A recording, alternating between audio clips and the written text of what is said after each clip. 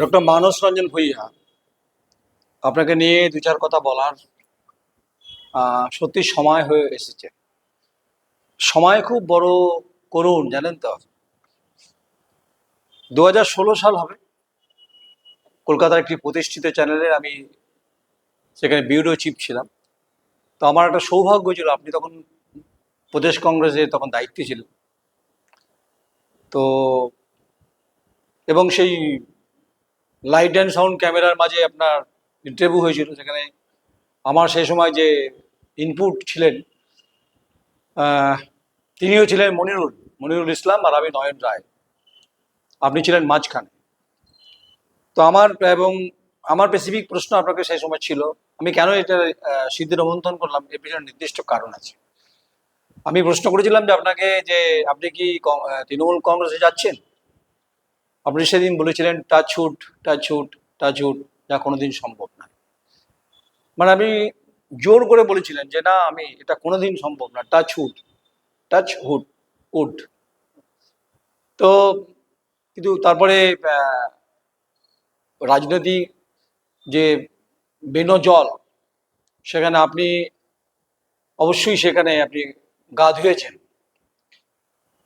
তো এটা হচ্ছে 2016 অভিজ্ঞতা বলি। আর 2010 মঙ্গলকোট অভিযান ছিল, ফাল্গুনী খুনের পরিপ্রেক্ষিতে রবীন্দ্রনাথ চ্যাটার্জি, নার্গিস বেগম, অসিত মিত্র, অসিত মাল এবং আমি ডক্টর মানস রঞ্জন ভূঁইয়া, তখন বর্ধমানের পুলিশ সুপার, তখন বর্ধমান ভাগ হয়নি, রাজারাম রাজশেখরন ছিলেন। সেই সময় মঙ্গলকোটে বামপন্থীরা আপনাদেরকে আক্রমণ করেছিল এবং সেই সময় কার্যত কাদার মধ্য দিয়ে আপনি ছুটেছিলেন। সেই ছবি এখনো প্রত্যেকের আর্কাইভে রাখা আছে। আপনি তৎকালীন মুখ্যমন্ত্রী বুদ্ধদেব ভট্টাচার্যকে ফোন করে বলেছিলেন, বুদ্ধবাবু বাঁচান। এবং সেই ভয়ঙ্কর অবস্থা দেখে সারা মিডিয়া তখন প্রথম পাতায় সংবাদ হয়েছিল, টিভি মিডিয়াতেও তখন সংবাদ হয়েছিল, যেহেতু আমি এই জেলার মানুষ এবং আমি সেদিন ছিলাম এই আপনাদের অভিযানে ছিলাম, আপনাদের বিধানসভা যে টিম ছিল। তারপরে বিধানসভাতে আপনার বাংলা বন্ধের ডাক দিচ্ছিলেন, তখন তৃণমূল কংগ্রেস আপনাদের সমর্থন করেছিল। তাই মানসবাবু আপনার বাংলা বন্ধের ডাকে তৃণমূল কংগ্রেস সমর্থন করেছিল। যে একটি কংগ্রেস কর্মী খুনের পরিপ্রেক্ষিতে যখন আপনারা আন্দোলন করতে গেছিলেন, তৎকালীন পুলিশ সুপার রাজারাম রাজশেখরন আপনাদেরকে আক্রান্ত করেছে তার পুলিশি মেশিনারি দিয়ে। এবং বুদ্ধদেব ভট্টাচার্যকে আপনি ফোন করে বাঁচাও এই আবেদনও করেছিলেন। সেটা বাংলার বিভিন্ন মিডিয়াগুলোর কাছে তো স্মরণে আছে, যারা সিনিয়র জার্নালিস্ট যারা আছেন। তারপর বিধানসভা অধিবেশনে আপনি লম্বা চওড়া ভাষণ দিয়েছিলেন। বুদ্ধদেব ভট্টাচার্য তখন শাসকের ভূমিকায় ছিলেন, প্রশাসনিক প্রধান ছিলেন এবং এবং আপনি আপনার বিদ্রোহী রণাঙ্গী মনোভাব, আপনি অপূর্ব সরকার মানে ডেভিড এবং রবীন্দ্রনাথ চ্যাটার্জি, অসিত মিত্র, অসিত মাল, মোটামুটি সবাই একদম বুদ্ধদেব ভট্টাচার্যকে আপনি সেই সময় পুলিশের যে ভূমিকা নিয়ে একদম কড়া নিন্দা প্রস্তাব করেছিলেন।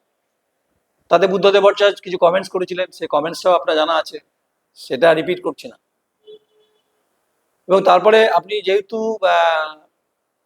2010 সালের কথা বলছি, তারপরে বিভিন্ন সময় আপনি বিভিন্ন পদে থেকেছেন। আপনি 80-র দশক থেকে, খুব ভুল না বলে 82 সাল থেকে সম্ভবত, আপনি 82 বা 83 থেকে আপনি বিধানসভায় বিধায়ক হিসাবে আছেন এবং সবং থেকে আপনি নির্বাচিত হতেন বারবার করে। তখন রাজ্যের মুখ্যমন্ত্রী জ্যোতি বসু আর স্পিকার তখন হাসিম আব্দুল হালিম। তো আপনার দীর্ঘ যে সংসদীয় গণতন্ত্রের যে আপনার যে ভূমিকা, সেটা সত্যি গুণমুগ্ধ করার মতো। কারণ আমরা যারা সাংবাদিকতা বিধানসভায় সে সময় আপনার কভার করতাম, আপনার প্রেস কনফারেন্সগুলো সত্যি রেলিভেন্ট ইস্যুর উপর দাঁড়িয়ে এবং সরকারও সমর্থন করতেন, কোথাও কোথাও ভুল থেকে ধরিয়ে দিতেন। কারণ সারা দেশের যে কৃষি ব্যবস্থা এবং অর্থনীতি এবং তার সঙ্গে হচ্ছে রাজনীতি, সমাজনীতি, রাজ্যের কি ভূমিকা, কি করা উচিত, এগুলো আপনার বিভিন্ন ভাষণে যখন আপনি বাজেটের উপর বলতেন, সেগুলো শুনতাম আমরা। এবং আমাদের আমাদের যারা অগ্রজ, তাদের কাছ থেকে কিছু কিছু সময় আপনার কথাগুলো যে বুঝতে না পারতাম, সেগুলো ব্যাখ্যা নিতাম। কিন্তু যাই হোক, সময় খুব গুরুত্বপূর্ণ, জানেন তো মানসবাবু। তারপর আপনি একটি সবং কলেজের ঘটনায় জড়িয়ে পড়লেন, খুনের ঘটনা সম্ভবত হবে, এবং আপনার বিরুদ্ধে কেস কাবারি হয় এবং আপনি সেখান থেকে বাঁচবার জন্য, লোকে তাই বলে, নিন্দু করে তাই বলে, আপনি সেখান থেকে বাঁচবার জন্য আপনি পার্থ চট্টোপাধ্যায়ের হাত ধরে আপনি তপসিয়া তৃণমূল ভবনে আপনি তৃণমূল কংগ্রেসে যোগ দিয়েছিলেন।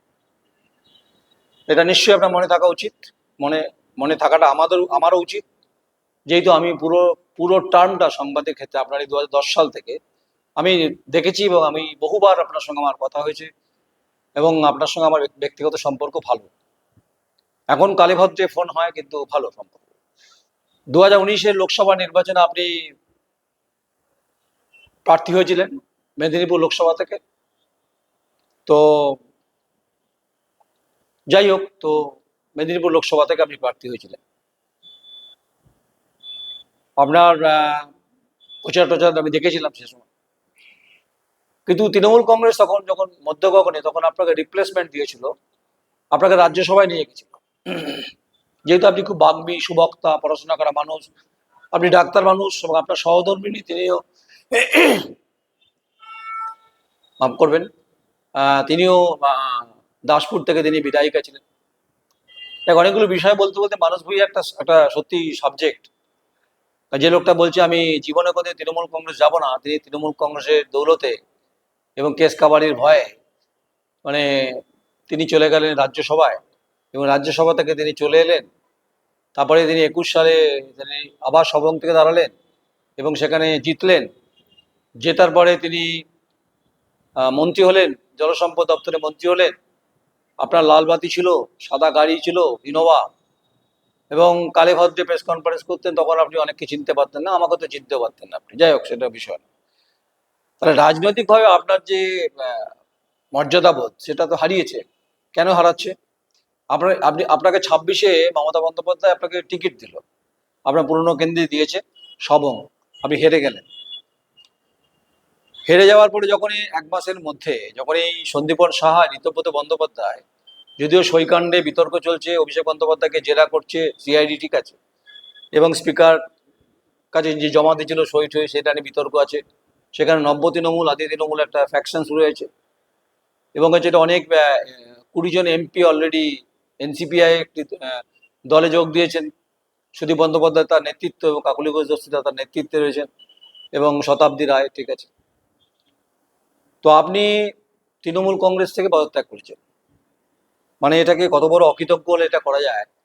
আপনি মধু খেলেন, আপনি কেস থেকে বাঁচার জন্য আপনি তৃণমূল কংগ্রেসে এলেন, এবং তৃণমূল কংগ্রেসের দয়াতে মমতা বন্দ্যোপাধ্যায় আপনাকে রাজ্যসভায় পাঠালো।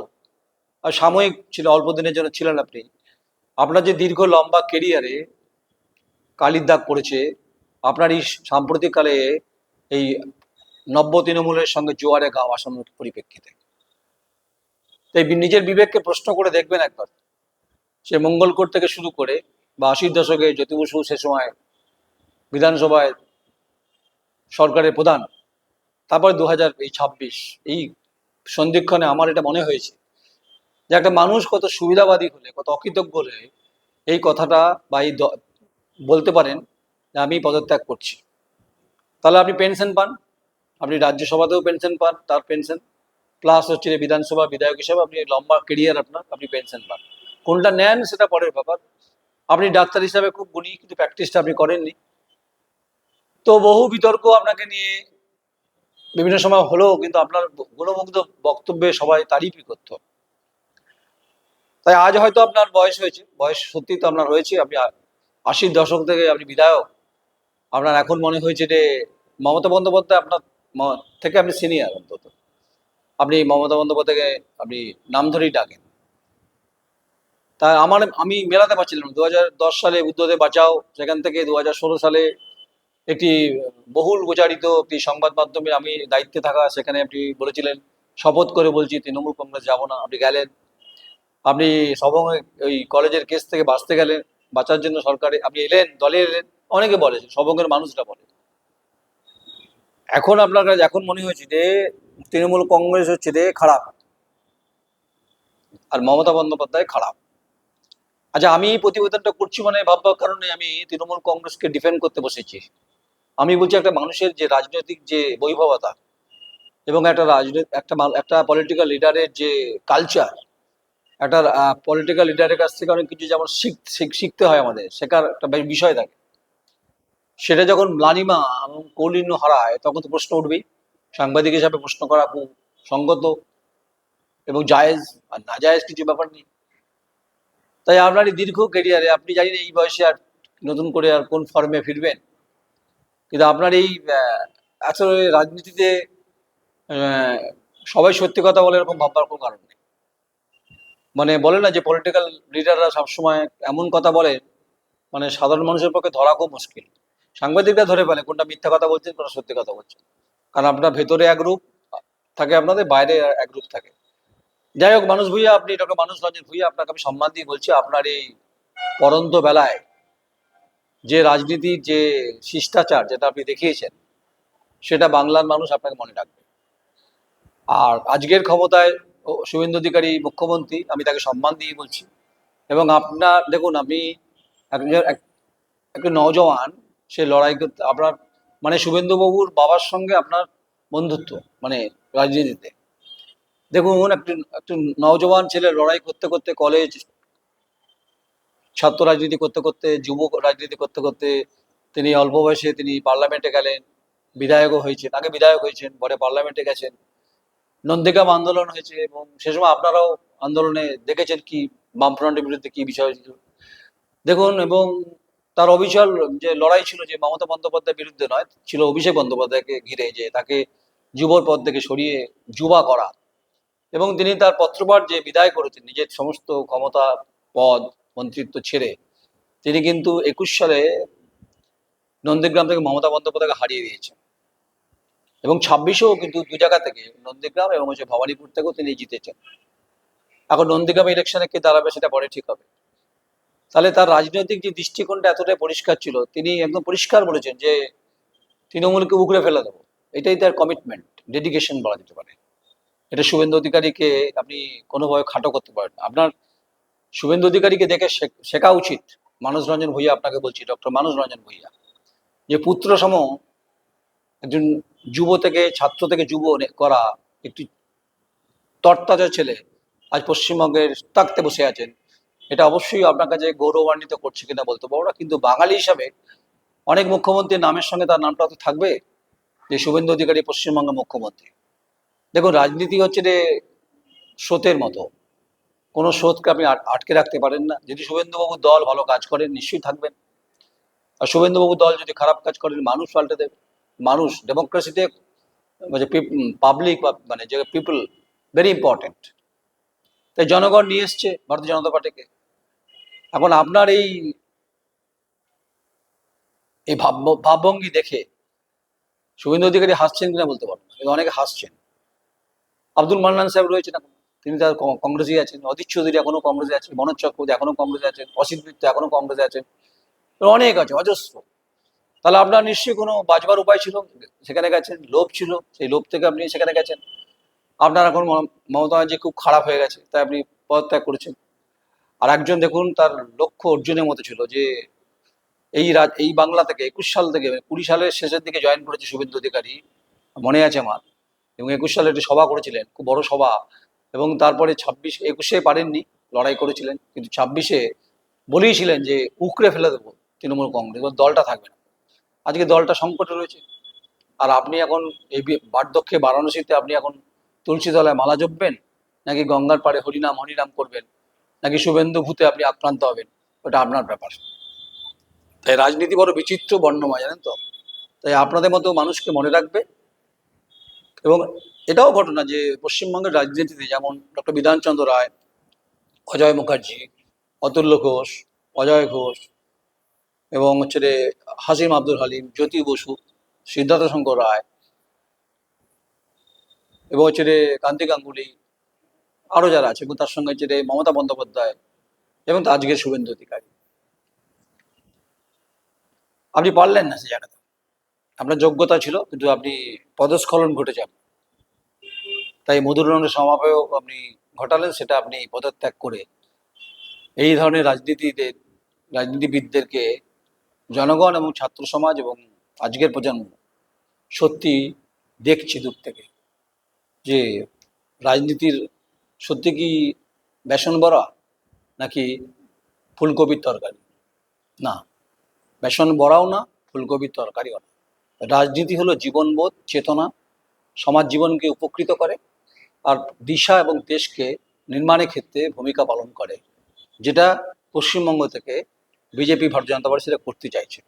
করুক, যদি ভুল করে নিশ্চয়ই কথা হবে। হকার উচ্ছেদের প্রশ্নে বামপন্থীরা কোর্টে গেছে, সেখানে জাজমেন্ট হয়েছে। ডিম থেরাপি দেখছি, খারাপ লাগছে। এবং হচ্ছে যে হাইকোর্ট বলেছে যে কোমরে দড়ি দিয়ে হাঁটানো যাবে না, এটাও একটা নিন্দনীয় বিষয়। পশ্চিমবঙ্গের এটা কালচার নয়। পশ্চিমবঙ্গের মাটিতে যারা রাজনীতি করেছেন তারা দেশ বরেণ্য। এই মাটিতেও ডক্টর শ্যামাপ্রসাদ মুখার্জির মাটি, হীরেন মুখোপাধ্যায়ের মাটি, এ মাটি ডক্টর বিধানচন্দ্র রায়ের মাটি, এ মাটি অজয় মুখার্জি, অজয় ঘোষ, অতুল্য ঘোষ এবং বিচিত্র বর্ণময় রাজনীতির বর্ণমালায় দেশে বিদেশে সুখ্যাতি হয়। তাই সাম্প্রতিক যে রাজনীতি, যে ডিম থেরাপি হোক বা কোমরে দড়ি দিয়ে হাঁটানো হোক, বা আপনার ডক্টর মানস রঞ্জন ভূঁইয়ার মতো মানুষ অকৃতজ্ঞের মতো আপনি পদত্যাগ করে চলে যাওয়াটাকে রাজনীতির যদি বেগুন ভাজা বলেন, সে বেগুন ভাজার মধ্যে পড়েন। কিন্তু রাজনীতি কখন বেগুন ভাজা হয় না, কিন্তু আপনি বেগুন ভাজা করেছেন, বেগুন ভাজা বানিয়েছেন আপনি।